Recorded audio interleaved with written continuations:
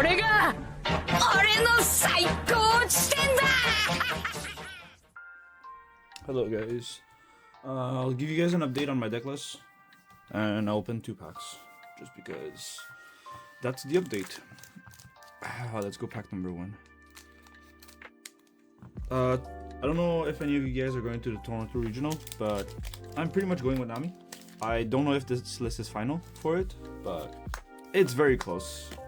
There's just a couple tweaks in the list because right now the list looks like I don't know what I'm doing because I'm pretty much running a bunch of techs. But it's nothing new, it's all the cards you guys seen already. If you guys like watch my videos regularly, there's nothing fancy, like it's pretty much the same list. Which is just different ratios. But yeah. And do we get anything? Oh, we got a gold down. I'll take that. Not bad at all. I'll take the gold on. Let me just leave this before I continue. Okay. Just a minute. Okay, cool. Gold on, sleeved up. Nami necklace. Okay, 4 girls because it's girl, nothing special. Draws 1, Investodon, and it's great. 2 Leos because it helps you against Lucci and Ace. It's anti-removal. And yeah, I was at 4. I was against going at 2 because if you're running not enough, when you're gonna face Ace or Lucci, you're just not gonna see this card. So you might as well run 4. But the thing is, at the locals I was attending, I wasn't facing that many of them, and also I wanted to try out cards. So I'm still on that testing phase with the Leos. It's a good card, nothing bad about it. 2 Hioris, I really like it. It's probably gonna stay at 2 because it combos well with Gecko Moria. Just at the late game, sometimes you Borsa into Hiyori, you just stack the Gecko Moria on top. And I have cards that I trigger out of Gecko that's really annoying for my opponent to close the game. 2 Zeus. For removal, I don't always play the Zeus out. I don't like taking a life, but sometimes it's necessary. And also to close out games, when you're trying to push for lethal and then you just have a blocker, you just play Zeus and pop. I've considered going back to 4, but right now I'm at 2. Same reasoning with Leo, I don't know yet.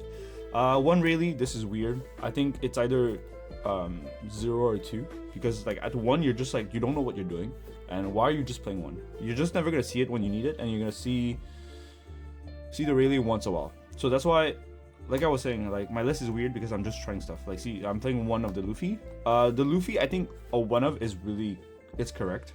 2 is fine also, or 4 if you're not really running the Thriller engine. This card helps to deal with a lot of the blockers, whether it's Sabo in the Lucci matchup, Newgate, whether it's in the mirror match or against Ace. And if you're facing NL, this card doesn't, you don't need this card to win the NL matchup, but sometimes the extra rush can catch your opponent off guard because the NL is gonna mat out your board. He's gonna be like, oh, you have 1 leader swing with 1 body on board, so he's gonna set up 2 blockers and be like, I won't die this turn. And then you drop a rush and they're like, whoa, all of a sudden they're dead.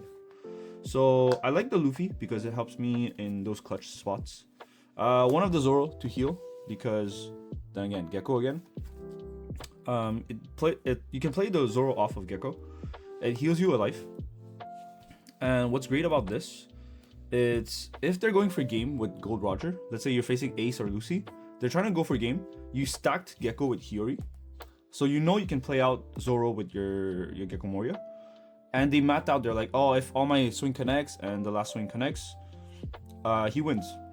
So you play Zoro out, you heal, and all of a sudden it's not lethal anymore.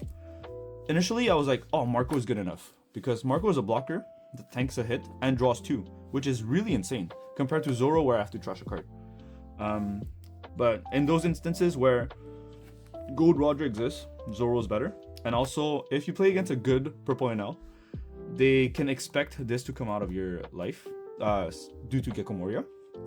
And they'll keep a kitten with a Mamaragan to rest it. Rest the Marco, sorry, not the Zoro. But to rest the Marco, and the Marco doesn't gain any value. So yeah. 4 Kikunojos, because I like the 6k body that comes out of life. When you're facing against bad matchups such as Lucci or Ace, you need those extra bodies to swing at your opponent's life. That's how you win that matchup. It's to go wide as fast as possible. And Kikunojo helps with that because it's a 6k body. Then we have the Thriller Bark engine. I cut the size of it to 334 just because I wanted space. I might go back to 444 because the Thriller Bark engine is triggers and it's really insane. So yeah, nothing much else to say. That's about it. The Thriller Bark engine is insane. It's just, they're smaller bodies than Kikunojo, and I wanted space to try my techs. 4 Namis. This card's the best card in the deck. You shouldn't go lower than 4. There's absolutely no reason to go down unless there's something that shifts in the meta. Robin, also one of the craziest card in the deck. These two are like basically essentially like the core of the deck. If you chain Nami or you chain Robin, you pretty much win the game, in quote. Like, I'm exaggerating it, but like playing against matchup like Enel or like even Ace or Lucci, if you chain Robins, against Lucci is not the case, but Ace or whatever, they can't bottom deck this. They can't get rid of this because they'll take a damage every time they kill it. Or if they don't take a damage, you just slowly drain their life out by swinging 8k every turn.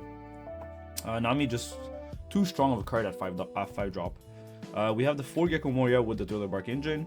Combos insanely well with Hiyori, so no reason to drop this. If you drop like the Thriller Bark engine, you drop the whole thing, which obviously makes sense.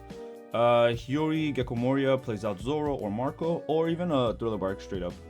And yeah, pretty much. We're gonna play 4 New Gates because it's one of the cards that helps you with your matchups, also your mirror match, because it's a 12k body that's not easily removable. It's really hard to remove a 12k body in this meta, unless you're playing against NL. Against NL, the New Gates are really like mid because they get removed right away. And the moment they turn sideways, they Gamma Knife. If you don't turn it sideways and they have Divine Departure with the Ohm and Mamaragan, it just gets removed. But we still play 4 New Gates because it's good in every other matchup other than NL. 4 Borsa because this card is just, don't know why it got printed. Just heals you for free. The 1 Sanji combos really well with the Luffy to close out games.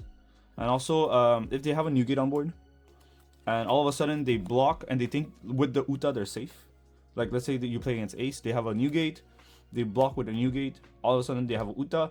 This Luffy pumps, if they pump high enough that it could kill the New Gate, you could play Sanji, make the Luffy unblockable, swing into the New Gate, and the Uta won't be able to block because Sanji made it unblockable.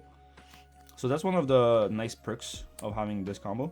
And you don't necessarily need Luffy. If you're playing the mirror match and you're trading New Gates into New Gates, and your opponent has like New Gate Borsa, they block with the New Gate because they think it's a free block. All of a sudden you do Sanji unblockable to your New Gate, attach Dawns, and you swing into their New Gates. All of a sudden you gain board advantage because your New Gate cleared theirs, and you have more New Gates than them. So this card I've played it at 3, I've played it at 4, but same thing, space issue. I just need to figure out which card I prioritize over other, and figure out what's my ratios. But this is the ratios I've been playing. It's been going up and down. Yeah, this list is nice. Alright, this was a quick update-ish, blah blah blah. Have a good day, guys. Peace.